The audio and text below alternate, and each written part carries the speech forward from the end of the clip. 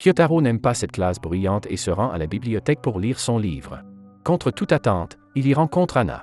Anna est belle et grande, considérée comme la belle de l'école. Comme le règlement de l'école interdit les goûters, elle se cache souvent dans la bibliothèque pour les manger en toute tranquillité. Craignant que son goûter interdit ne soit découvert et puni par l'école, Anna demande à Kyotaro de garder le secret. Mais comme Anna mange goulûment, Kyotaro n'entend pas bien ce qu'elle dit. Lorsqu'il jette un coup d'œil à Anna, il découvre que la jeune fille cherche des ciseaux pour faire ses devoirs. Kyotaro lui propose alors de lui prêter son cutter pour qu'elle puisse finir ses devoirs.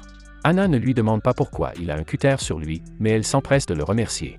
Le petit garçon se sent un peu timide à la vue de la jolie fille. Avant de quitter la bibliothèque, Anna tend son goûter à Kyotaro.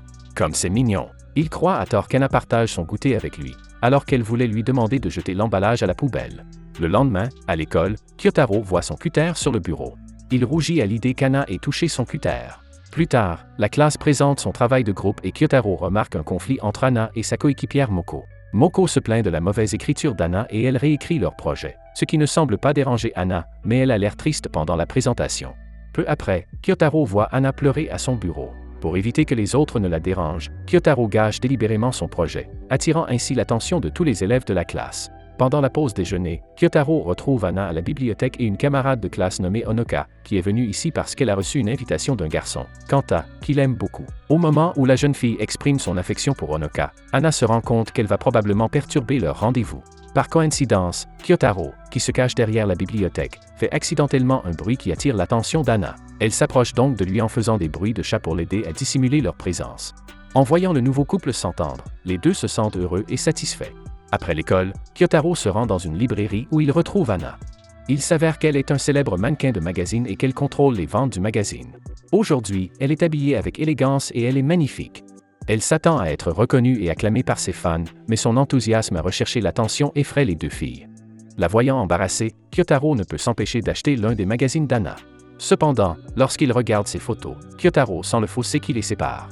Le lendemain, sur le chemin de l'école, Kyotaro remarque qu'Anna est avec un garçon nommé Haruya. Haruya est leur camarade et aime bien Anna, avec qui il essaie souvent de parler. En les suivant secrètement, Kyotaro se rend compte qu'Anna n'aime pas Haruya.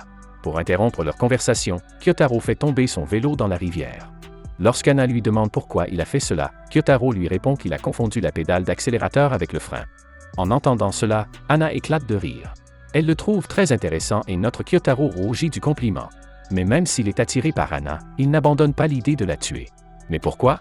Parce que pour Kyotaro, la bibliothèque est un lieu sacré où il peut être seul et lire des livres étranges comme l'encyclopédie du meurtre. Il doit avoir des problèmes mentaux, ce gamin. Cependant, depuis qu'Anna a commencé à prendre des collations en cachette dans la bibliothèque, la vie tranquille de Kyotaro a été complètement perturbée par elle et il ne peut plus étudier pour devenir le prochain SAW. Ce jour-là, Kyotaro remarque qu'Anna sort régulièrement chercher de l'eau du robinet. Il s'avère qu'elle a apporté un anka qu'il faut mélanger avec de l'eau. Pour l'aider, Kyotaro se précipite pour aller chercher un verre, mais à son retour, il la trouve en train de dévorer l'anka. Bien que choqué par la gourmandise de la jeune fille, Kyotaro tente de se calmer et prend un verre d'eau. Anna le voit et lui tend à nouveau ses déchets. Kyotaro est son esclave? Au fil du temps, Kyotaro développe une grande curiosité à l'égard d'Anna. Il ne comprend pas pourquoi elle se cache dans la bibliothèque. Anna a beaucoup d'amis, mais aucun d'entre eux ne l'accompagne pour le goûter. Kyotaro commence à avoir une mauvaise pensée. Anna a probablement découvert son plan meurtrier et elle a l'intention de le tuer quand personne n'est là. À ce moment-là, Kyotaro entend un camarade de classe nommé Sho parler d'Anna.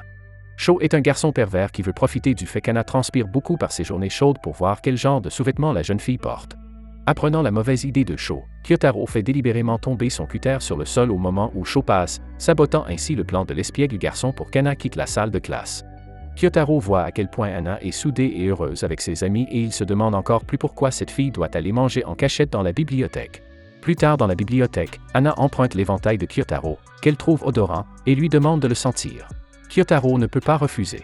S'approchant d'Anna, il voit ses sous-vêtements exposés par la sueur, ce qui rend le garçon très nerveux et timide. À ce moment-là, Chihiro, l'ami d'Anna, arrive à la bibliothèque et Anna se cache sous la table pour que Chihiro ne puisse pas la trouver. En sentant la température du corps d'Anna, Kyotaro ne peut s'empêcher d'avoir une réaction physiologique naturelle au sud de son corps, mais Chihiro sait qu'Anna s'est cachée. Mais la jeune fille fait semblant de ne pas savoir qu'Anna se cache sous la table et s'assoit en face de Kyotaro pour lui parler d'Anna. Chihiro révèle que son état de santé ne lui permet pas de manger des snacks et qu'Anna se cache toujours d'elle lorsqu'elle mange. Chihiro commence alors à faire l'éloge d'Anna, une fille calme et attentionnée. Anna sort immédiatement de sa cachette pour être félicitée par son amie. Après avoir écouté les explications de Chihiro, Kyotaro comprend enfin pourquoi Anna mange seule. À l'approche du festival culturel de l'école, tout le monde est occupé par les préparatifs. La classe de Kyotaro prévoit d'organiser une maison hantée. Comme Kyotaro a une belle calligraphie, Anna lui propose de faire une affiche de propagande avec Honoka. Pendant qu'il travaille, Kyotaro ne peut s'empêcher de jeter un coup d'œil au corps de Judonoka.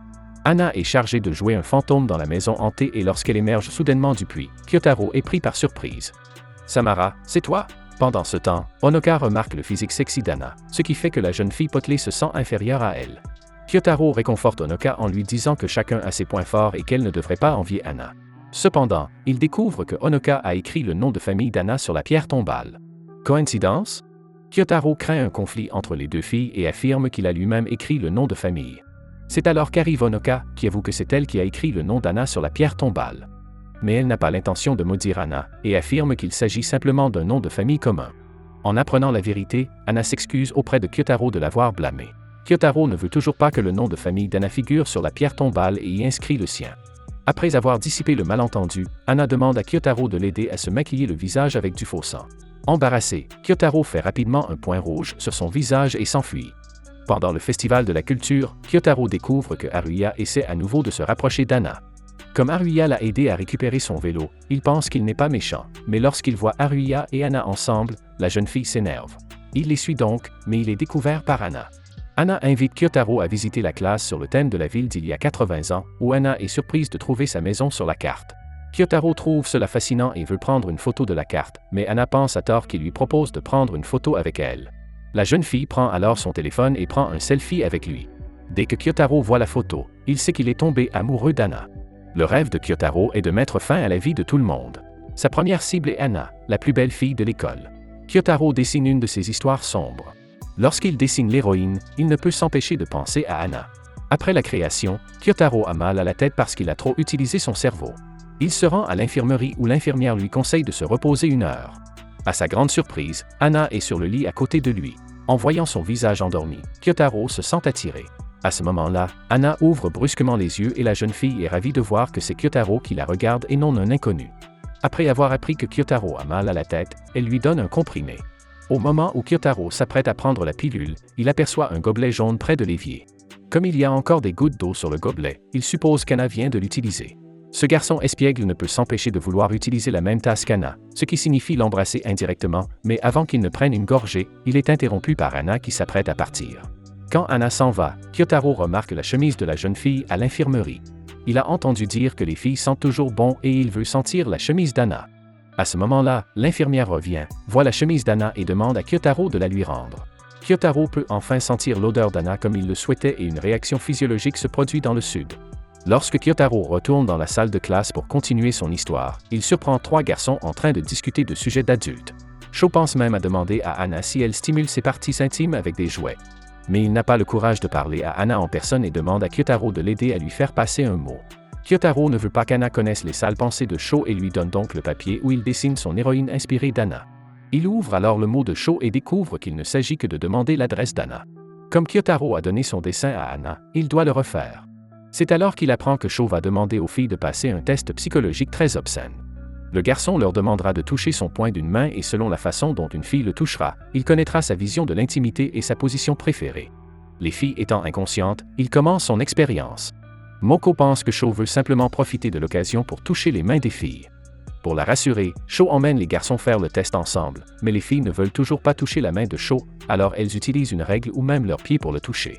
De plus, elles ne croient pas vraiment aux paroles de Sho et décident de chercher le test psychologique en ligne. Après avoir appris que le test est en fait très indécent, Anna refuse d'y participer. Pendant la pause déjeuner, Anna remarque que son bonbon a disparu et comme seul Kyotaro est dans la bibliothèque, elle soupçonne que c'est lui qui l'a volé. Elle lui attrape la main et se rend compte qu'elle a mal compris. Cependant, son geste rappelle à Kyotaro le test psychologique de Sho et il en déduit qu'Anna aime dominer dans l'intimité, ce qui l'excite tellement qu'il a du mal à se calmer. Pendant le cours d'éducation physique, le nez d'Anna est frappé par un ballon de basket. Kyotaro est tellement inquiet pour elle qu'il se précipite à l'infirmerie dès que possible. Il ne veut pas que les autres le découvrent et se cache sous le lit. À ce moment-là, Anna est au téléphone avec sa famille. À cause de sa blessure au nez, elle ne pourra pas participer à la séance photo de demain. La jeune fille est si triste que ses larmes tombent sur le sol. En la voyant, Kyotaro ne peut s'empêcher de pleurer. C'est la première fois qu'il voit Anna vulnérable et il semble se rendre compte des sentiments qu'il éprouve pour elle. Plus tard, Anna arrive à l'école comme d'habitude. Bien qu'elle ne se soit pas cassé le nez, elle se sent coupable et déçue d'avoir manqué la séance photo. Kyotaro s'inquiète pour Anna et la suit en secret. Lorsqu'il découvre que les mouchoirs d'Anna sont épuisés, il laisse le sien sur la table de la bibliothèque et indique « N'hésitez pas à vous en servir ». Après avoir mangé son goûter, la jeune fille s'essuie les mains avec le mouchoir de Kyotaro. En voyant le sourire de la jeune fille, Kyotaro est soulagé, mais refuse toujours d'admettre qu'il aime Anna. Si vous souhaitez une suite à cet anime, commentez avec Anna. Abonnez-vous, commentez et laissez un like. Merci d'avoir regardé.